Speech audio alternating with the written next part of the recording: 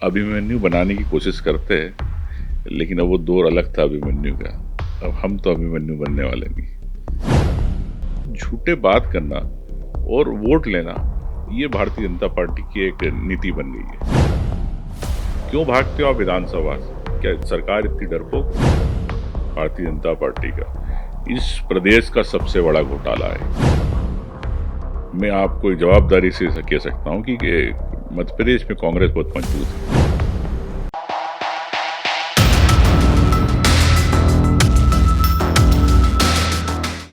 नमस्कार, मैं हूं गणेश साकल्ले और आप देख रहे हैं टीवी 27 न्यूज़। हमारे फेस टू फेस कार्यक्रम में आज हमारे विशेष अतिथि हैं नेता प्रतिपक्ष, युवाओं के प्रेरणा स्रोत और कांग्रेस के युवा तुर्क उमंग सिंघार। उमंग जी, आपका बहुत बहुत स्वागत है हमारे इस कार्यक्रम में। धन्यवाद आदरणीय गणेश भाई। आप एक साल से नेता प्रतिपक्ष हैं जी। और एक साल में आपने कई अहम मुद्दे उठाए हैं। अभी ताज़ा जो मुद्दा चल रहा है बच्चियों को स्कूटी बांटने का, जी। इस पे भी आपने सवाल खड़े किए हैं। जी। तो इसके बारे में क्या कहना है आपका? देखिए, मैं गणेश भाई सोचता हूँ कि जब सरकार वादों के साथ आती है तो आप सभी वर्गों को अलग अलग वादे करते हैं। जी तो आपकी सरकार ने, आपके शिवराज जी ने वादा किया था लैपटॉप देंगे, जी हाँ। आपने कहा था कि हम स्कूटी देंगे, लेकिन अब पूरा सत्र खत्म होने आया, बच्चों का आज तक उनको स्कूटी, मैं क्षेत्र में था, कई लोगों ने मुझे कहा कि सरकार ने कहा था आपकी स्कूटी देने का, लैपटॉप पिलानी। तो मेरी विधानसभा में शुरुआत करी एक बच्ची को देके, उसके बाद फिर एक खरगोन जिले की एक बच्ची को दिया मैंने, सनोली को। जी हाँ। तो एक मेरा प्रयास रहता है कि सोशल वर्क के अंदर इस राजनीति नहीं होना चाहिए, और सरकार अगर विपक्ष के कारण जाग रही है तो क्यों अभी तक कुंभकर्ण की नींद सो रही थी? निश्चित रूप से आपका बिल्कुल जायज बात है कि सामाजिक कार्यों में राजनीति नहीं होना चाहिए। कल मुख्यमंत्री जी ने दी यहाँ पर जो भी 50 स्कूटी, अब लैपटॉप कब देंगे ये स्पष्ट नहीं कहा। उनको प्रमाण पत्र दे दिए गए सबको, लेकिन उनको कब देंगे ये स्पष्ट नहीं। तो सरकार उन बच्चों के साथ, प्रदेश के 90,000 लैपटॉप उनको देना है, 7-8 हजार स्कूटी देना है, उनके साथ उन खिलवाड़ नहीं करे, क्योंकि हमारे प्रदेश के भविष्य को। जी हाँ। क्या आपको लगता है कि जो चुनाव के समय जो है लाडली बहना योजना शुरू करी, उसमें बहुत सारा फंड चला गया, इस वजह से कुछ दिक्कत आ रही है, या आपकी किसी से बात हुई हो इस बारे में देखिए, कि कुछ फंड की प्रॉब्लम है या क्या प्रॉब्लम है इनको? लाडली बहनाओं की बात है। जी हाँ। लाडली बहनाओं की तो बच्चियां हैं हाँ जिनको जी। आपको स्कूटी और हाँ, वो भी लैपटॉप भांजी देना हुई था। आपकी। हाँ, तो उन उन मामा ने उन भांजियों को भूल गए। और रही बात लाडली बहना, तो इन्होंने ही कहा था 3,000 रुपये देंगे। इनके ही गए विधानसभा सत्र के अंदर, बोले हम 12,500 से ऊपर नहीं दे पा रहे। ये विधानसभा प्रश्न में जवाब है। तो झूठे बात करना और वोट लेना, ये भारतीय जनता पार्टी की एक नीति बन गई है।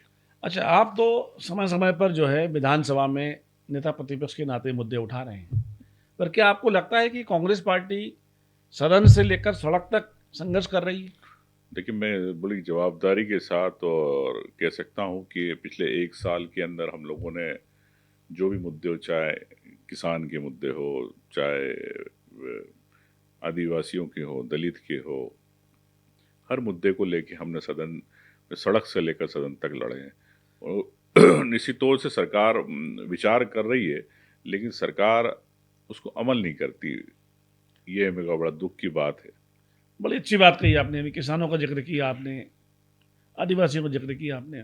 उसी पे मैं आपसे जानना चाहता हूँ कि जी। पूरे प्रदेश में एक बात चल रही है कि किसानों को खाद नहीं मिल रही, किसानों को टाइम पे बीज नहीं मिल रहा। तो इसके बारे में आपके पास क्या फीडबैक है और क्या आप सोचते हैं कि वास्तव में ये समस्या है या इसका क्या हल हो सकता है, या सरकार क्या कर रही है इस दिशा में?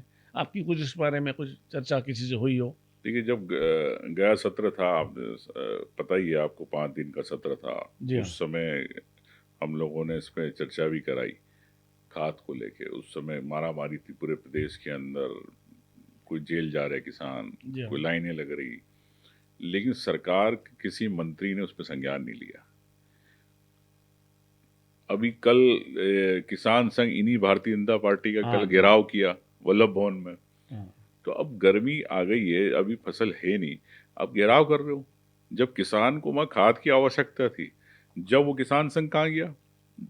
तो पक्ष भी ये बनना चाहते, विपक्ष भी कि हम बिल्कुल किसान की सही बात कहा करना आपने। चाह रहे हैं। मतलब आपका कहना ये है कि दोनों भूमिकाओं में वो रहना चाहते हैं। लेकिन किसान के आंसू नहीं पोंछना चाहता है किसान संघ, ये वास्तविकता झूठ। ये है हाँ, आपके हिसाब से। और यही लोगों ने, आरएसएस के किसान संघ ने 3100 रुपये धान खरीदी की बात करी थी जी और हाँ। 2700 रुपये गेहूं की बात करी थी। पर्चे बांटे गांव गांव जाके। तो आज मैं प्रदेश के किसानों से पूछना चाहता हूँ, क्या वो जो पर्चे इनका बीजेपी के कार्यकर्ताओं, आरएसएस के लोगों ने बांटे, तो आप इनसे बोलो कि कब हमको 3100 रुपये मिलेंगे धान खरीदी के, कब हमें मिलेगा 2700। तो झूठी बात करते, लेकिन किसानों की बात नहीं करते। अभी आपने विधानसभा सत्र की बात की, तो मैं आपको थोड़ा सा सवालों से इतर विधानसभा की ओर ले जाता हूँ कि विधानसभा की बैठकें आप देख रहे होंगे लगातार घटती जा रही हैं और बजट सत्र आने वाला है और बजट सत्र का भी शायद मुझे पता चला है कि 9-10 बैठकें ही शायद होने वाली है इसकी। तो क्या आप लगता नहीं है कि ये बैठक कम हो रही है या बैठक के बराबर होना चाहिए? देखिए, वैसे मैं आपकी जानकारी में लाना चाहता हूँ कि मध्य प्रदेश पूरे भारत में पहले नंबर के स्थान पे जहाँ सबसे कम बैठकें होती है। तो ये बड़ी शर्म की बात है। और बैठकें कम होना यानी जनता की आवाज़ सरकार नहीं सुनना चाहती, इससे स्पष्ट होता। क्योंकि विधानसभा चलती है तो जनप्रतिनिधि अपने अपने क्षेत्र की बात करते, प्रदेश की बात करते। तो सरकार कुंभकर्ण की नींद सोना चाहती है, सदन चलाना नहीं चाहती। अगर आप विकास कर रहे हो, आप विकास के नाम पे वोट मांग रहे हो, तो क्यों आप जनता के, जनप्रतिनिधियों के, विधायकों को जवाब नहीं देना चाहते? क्यों भागते हो आप विधानसभा से? क्या सरकार इतनी डरपोक है? मतलब आपका सीधा सीधा आरोप यह है कि सरकार विधानसभा में फेस करने से विपक्ष को बच रही है। बिल्कुल, मैं तो कई बार कह चुका हूँ कि लाइव टेलीकास्ट होना चाहिए। जब लोकसभा है, राज्यसभा है, कई राज्य, छोटे छत्तीसगढ़, केरल तरीकों में लाइव टेलीकास्ट होता है, तो लाइव टेलीकास्ट नहीं चाहते। तो अच्छा, ये इसमें बड़ी अच्छी बात एक ये है कि जो बैठकें होती है आपकी उसमें आप लोग भी रहते हैं। जी, तो बैठकें तो पहले से तय होती होंगी ये, कि कितनी बैठक होंगी, सर्वदलीय बैठक भी होती है। तो क्या आपको विश्वास में नहीं लिया जाता इसमें? नहीं, आपकी जानकारी के लिए सही है, सरकार विधानसभा सत्र आउट करती है राज्यपाल के माध्यम से, राज्यपाल जी, और ये सरकार का निर्णय रहता है।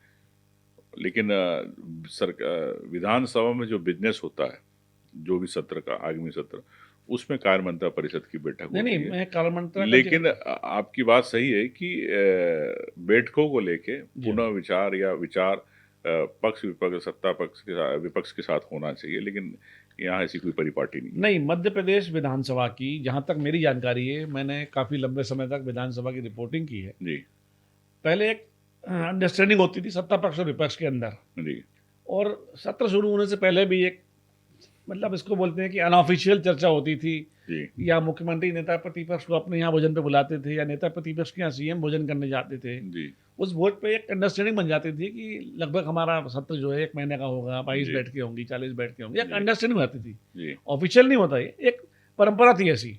और आपकी तो बुआ जी खुद नेता प्रतिपक्ष रही हैं, और शुरुआती दौर में तो मैं समझता हूँ कि ऐसी परंपरा रही थी ये। पर क्या लगता है कि आपको ये समय के साथ खत्म हो गई, या क्या कारण है इसका? देखिए, परंपराएं को जीवित रखना, निर्माण करना निश्चित तौर से सत्ता पक्ष की जवाबदारी होती है, कोई सी पार्टी हो। लेकिन अब मुझे लगता है कि भारतीय जनता पार्टी के, चाहे मुख्यमंत्री हो, चाहे इनका दल हो, ये क्यों इतनी दूरी बनाता है विपक्ष से, बड़ी आश्चर्य की बात है। और ऐसी स्थिति के अंदर विभिन्नता बढ़ती है, और निश्चित तौर से इसका प्रदेश में नुकसान भी होता है। अच्छा उमंग जी, एक और बड़ी बात चल रही है कि मध्य प्रदेश में आरोप प्रत्यारोप की राजनीति, जी आरोप प्रत्यारोप की राजनीति चलती है। एक दूसरे पे आरोप लगाते हैं। आप कह रहे हो कि साहब वो जो है मतलब विश्वास में नहीं लेते या नहीं करते। उनका कहना है कि विपक्ष जो है चर्चा करना ही नहीं चाहता, हंगामा करता है। तो आरोप प्रत्यारोप की राजनीति के बारे में आप क्या कहना चाहेंगे इसको? देखिए, पहली बात तो चर्चा करने की बात है, तो मेरे ख्याल से बहुत सालों के बाद 5 दिन का सत्र गए बार चला पूरा। जी हाँ। तो हमारा तो प्रयास रहा कि सत्र पूरा चले, हमने उसको चलाया। तो ये तो उनके झूठे आरोप है बेबुनियाद की, विपक्ष नहीं चाहता। रही बात आरोप प्रत्यारोप की, तो अब राजनीति में सच को छुपाने के लिए आरोप लगाए जाते हैं। मैं समझता हूँ कि सच से सामना करना चाहिए। सच से सामना होगा तो झूठे आरोप तो खैर अब ये पार्ट ऑफ पॉलिटिक्स है। हाँ, वो तो आप मतलब सही कह रहे हो। तो लेकिन जनता की लड़ाई तो लड़ना है। जी हाँ। हाँ। अच्छा, अभी फरवरी चल रहा है हाँ और अब गर्मी का मौसम हमारे सबके सिर पे है। जी। तो क्या लगता है आपको कि इतने सालों बाद मध्य प्रदेश में पेयजल की समस्या पूरी तरह हल हो गई है, या गांव-गांव में पानी नल जल योजना पहुंच गई है? जल जीवन मिशन के क्या हाल हैं? इस पे कुछ थोड़ा प्रकाश डालिए आप। मेरे को लगता है कि पिछले 4 साल की सरकार में भारतीय जनता पार्टी का इस प्रदेश का सबसे बड़ा घोटाला है स्कीम। अगर इस पे जांच करी जाएगी तो कई अधिकारी, कई इंजीनियर्स के अंदर नप सकते हैं। जल जीवन मिशन में? जल जीवन मिशन में अच्छा। आप मोदी की योजना थी कि घर घर पानी, तो ठेकेदारों ने पानी की लाइनें नहीं बिछाई, और कहीं बिछाई तो आधी छोड़ दी। उसमें घर के अंदर कनेक्शन देना था, घर में टोटी लगनी थी, घर में उसका थाला बनना था, वो कुछ नहीं बना। तो अब पूरे प्रदेश में ये स्थिति है। तो सरकार इतने बड़े करप्शन को क्यों छुपाना चाहती है? भारतीय जनता पार्टी, अगर आपकी नीयत साफ है लोगों को पानी पिलाने की, अब तो गर्मी का समय आ गया, जी हाँ। 2-2, 4-4 किलोमीटर बहनें पानी के लिए संघर्ष करेंगी, कुएं में उतरेंगे सब लोग। तो इस पे असंवेदनशील सरकार, मेरे को बड़ी आश्चर्य की बात है कि इतनी असंवेदनशील प्रदेश की जनता के लिए कैसी हो गई मोहन यादव की सरकार। अच्छा, एक मेरा और ये सवाल था आपसे खास। आप आदिवासी वर्ग को बिलोंग करते हैं, आदिवासी क्षेत्र से लगातार जीत के आ रहे हैं। तो जितना बजट आता है देश में, मतलब मध्य प्रदेश में, ट्राइबल्स के लिए, आदिवासियों के लिए, तो क्या आपको लगता है कि आदिवासियों की स्थिति में कुछ सुधार आया है? उनके लिए चल रही योजनाएं पर्याप्त हैं, या उसमें कुछ दिक्कत है, या उसमें अफसरशाही रोड़ा है? ये क्या मतलब क्यों उनकी दशा और दिशा सुधर नहीं रही है? क्या लगता है आपको इसको? गणेश भाई, ये सच है कि आदिवासियों के लिए उनकी उपयोजनाओं में, परियोजनाओं में काफ़ी पैसा आया इतने सालों से, और इतना पैसा तो मैं समझता हूँ कि अगर होता तो हर घर संपन्न हो सकता था। लेकिन यह बात भी आपके सही है कि अफसरशाही की रोड़ा रहता है, योजनाएं करप्शन में भेंट चढ़ जाती है।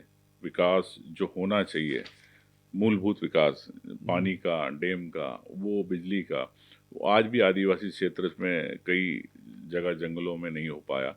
तो ये समझता हूँ कि पैसा करप्शन की भेंट चढ़ा, उन आदिवासियों के पास उनके विकास के लिए नहीं पहुँचा। अच्छा, आदिवासी इलाकों में भी, या पूरे प्रदेश की ही बात करें, अपन मजदूरों की बात करें, तो आपको क्या लगता है कि मजदूरों के लिए कुछ इस सरकार ने किया है, या नाकाफ़ी है करना, या कुछ आपके पास कोई ऐसा कोई योजना आपके पास दिमाग में है, या क्या करना चाहिए उनको?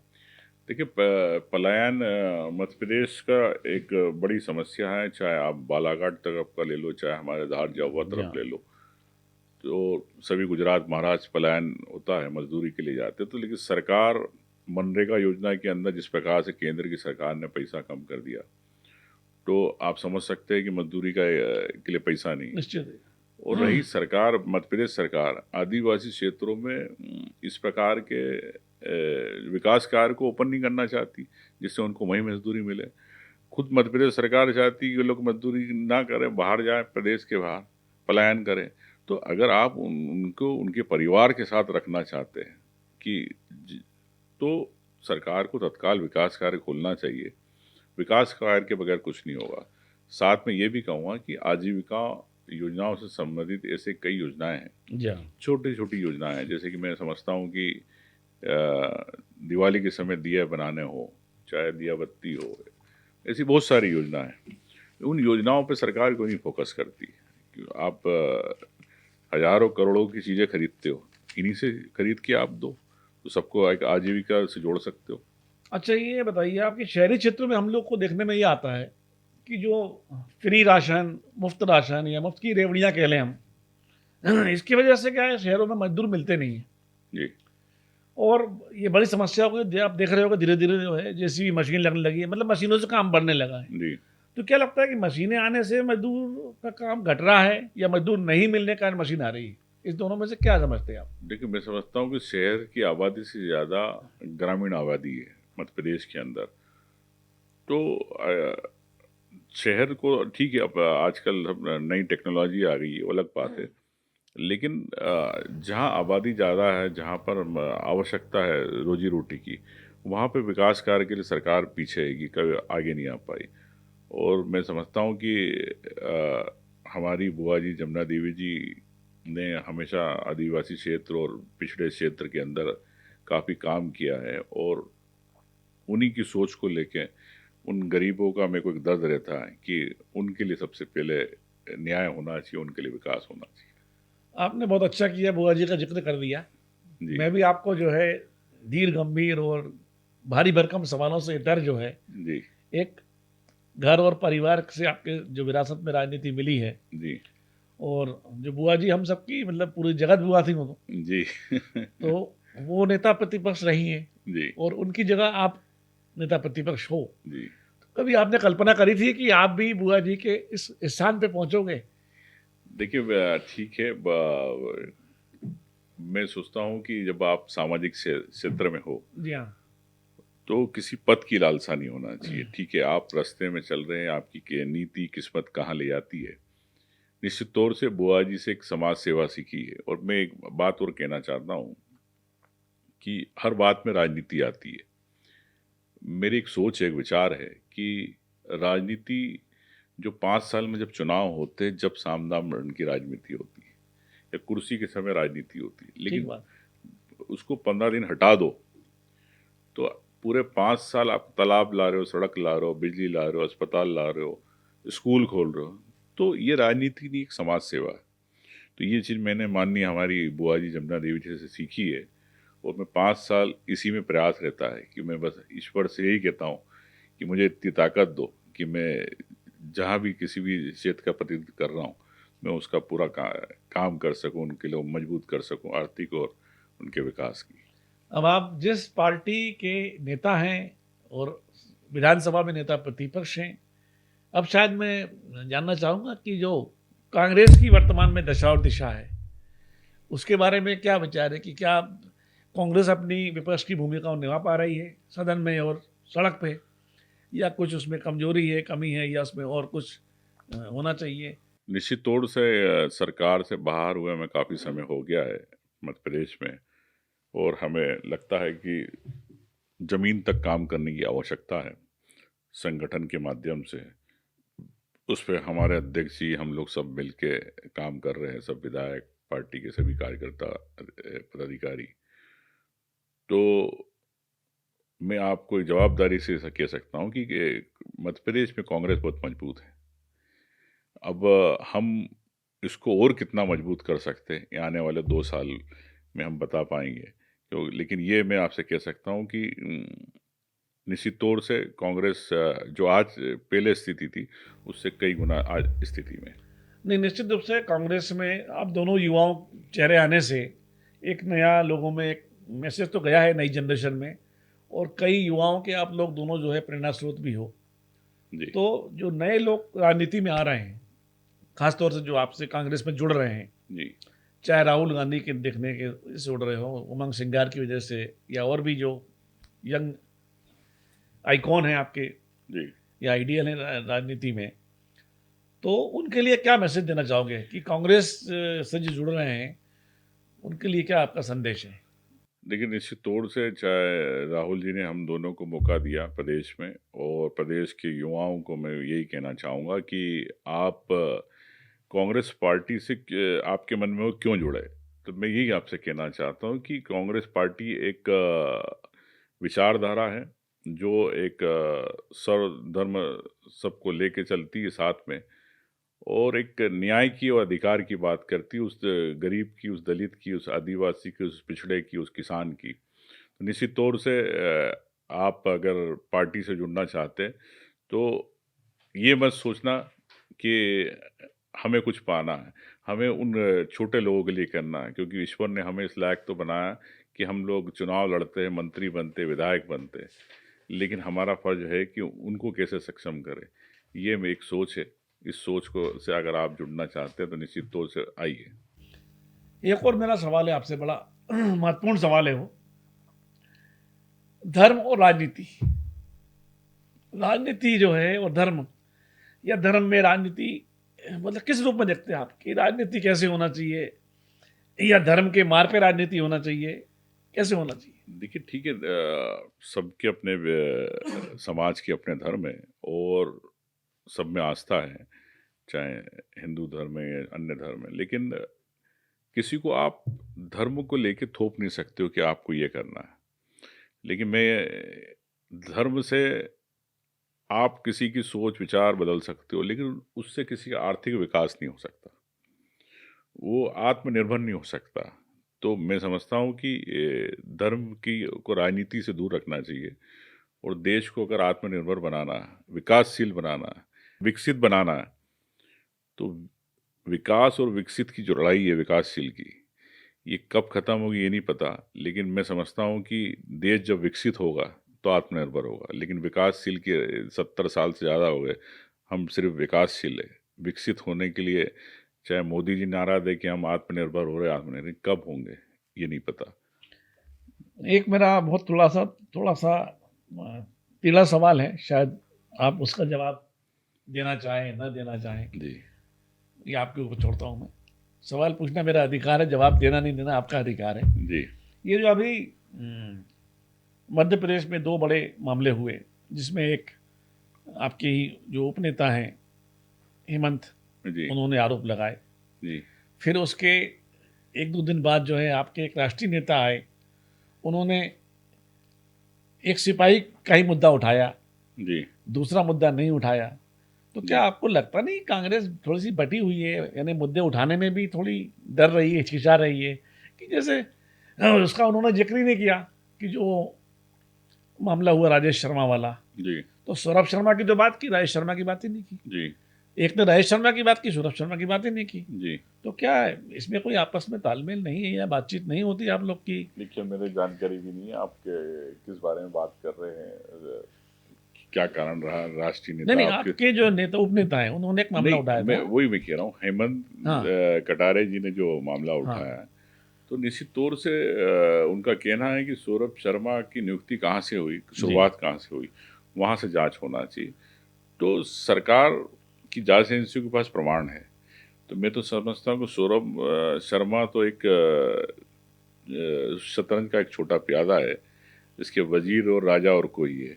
तो उनके ऊपर जांच एजेंसियां कब हाथ डालेगी, कब कोर्ट के माध्यम से ओपन करेगी, तो मेरे को लगता है कि जनता की गाड़ी कमाई लोगों के घर में जा रही है, बड़े लोगों के, तो वो चीज़ सामने आना चाहिए। नहीं, मैं तो आप जो कह रहे हैं मैं उसको नहीं मैं मतलब छू रहा या उसको टच कर रहा। मेरा दूसरा खाली ये था कि जो आपस में मतलब बातचीत नहीं होती क्या कि भाई एक मुद्दा ये उठा रहे हैं तो उसको वो दूसरा उसको टच ही नहीं कर रहा है, तो क्या मतलब कोई अंडरस्टैंडिंग है कि भाई नहीं इस पे नहीं उठाना, नहीं, ऐसी या आप कोई लोग की बात नहीं होती आपस नहीं में? ऐसी कोई बात नहीं। और मैं आपसे ये भी कह सकता हूँ कि सरकार खुद भ्रष्टाचार पे बात नहीं करना चाहती। हम लोग तो मुद्दे को उठा रहे हैं, चाहे हमने गए बार नरसिंह का उठाया है, घोटाले का मामला, और आपकी जानकारी के लिए पिछले 10-12 साल से लोकायुक्त के प्रतिवेदन पेंडिंग पड़े हैं। सरकार ने अभी तक उसको सदन के पटल पे नहीं रखा। तो सरकार खुद भ्रष्टाचार को छुपाना चाहती है। इससे बड़ा प्रमाण क्या हो सकता है? चर्चा क्यों नहीं कराना चाहती? कई जांच प्रतिवेदन है, तो सरकार भ्रष्टाचार को बढ़ा रही है, इसलिए जांच प्रतिवेदन पर चर्चा नहीं कराना चाहती, क्योंकि उसी कलाइयाँ खुलेगी। तो मैं समझता हूँ कि भ्रष्टाचार की जो जड़ें है वो भारतीय जनता पार्टी की किन लोगों से जुड़ी है, यह तो आने वाले समय में पता चलेगा। अच्छा, ये तो अपनी जो है मतलब बातचीत हो गई पार्टी को लेकर के, विधानसभा को लेकर, सदन को लेकर के। कुछ मेरे थोड़े से पर्सनल सवाल थे आपसे जी कि राजनीति में जिस विचारधारा को, जिस सोच को, जिस मतलब ड्रीम कह सकते हैं, ड्रीम को लेकर के आप आए, कदम रखा राजनीति में, तो आने के बाद क्या आपको लगा कि ये यार कहाँ आ गया मैं, मतलब ये मेरे लिए फिट नहीं है, या इसमें क्या लगता है आपको? देखिए मेरा नेचर है तो स्पष्ट नहीं, मुझे मालूम है, इसीलिए मैंने आपसे सवाल भी पूछा, क्योंकि बुआ जी से भी मेरा काफ़ी जी अच्छा वो रहा, और आप लोग जो है सीधी बात करने के आदी रहे हो, तो मेरे ख्याल है कि वही अंश और वंश आपका भी है, तो जी। नेचुरली कि भाई आप में भी वही डीएनए है, जी, वही इच्छा शक्ति है। जी। तो कई बार विचारधारा और मन की धारा में कुछ द्वंद्व होता होगा। ऑफ कोर्स होता है कि मैंने आपको थोड़ी देर पहले ही कहा है कि मैं इसे एक सोशल सर्विस के रूप में जी हाँ। लेता हूँ। नहीं, वहीं से मैंने समझ लिया कि भाई आप तो